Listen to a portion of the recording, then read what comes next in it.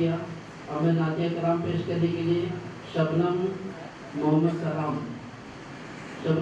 सलाम को आवाज़ देता हूँ कि वो आए और नातिया कलाम पेश करें।